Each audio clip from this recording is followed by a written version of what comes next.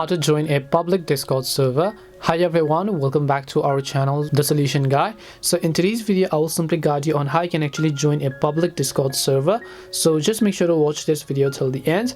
So if you'd like to join a public Discord server, first of all, just go ahead and launch the Discord app. So what you want to do is just, if you had basically an invitation link to join a private server, on the left hand side you'd find the plus icon that says add a server, and you would need to select join a server but paste the invitation link, right? But if you want to join public servers, then what you have to do is, on the left hand side you'll find this compass like icon. When you hover over it, it will say explore public servers. So you just want to click on this option. So basically there are different types of featured communities that you can join, and these are official and verified.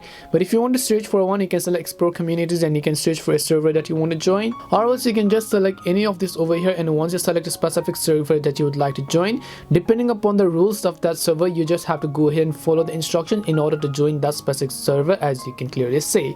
And that's all it takes to join a specific server on Discord. We hope the video was really helpful, and if it did help you, then make sure to leave a like and subscribe to the channel. If you have got any more questions, feel free to leave them down. Thank you very much for watching till the end, and see you in the next video.